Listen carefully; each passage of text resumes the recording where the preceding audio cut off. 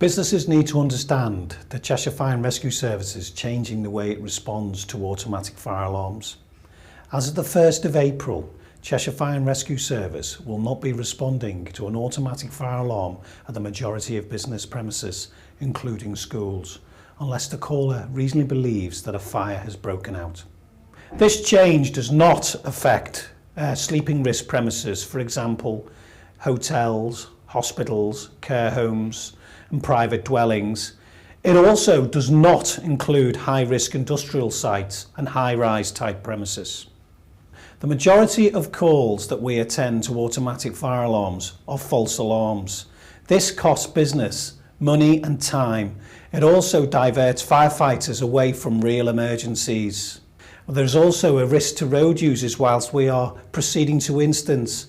Therefore, it's important to reduce the number of calls that we attend.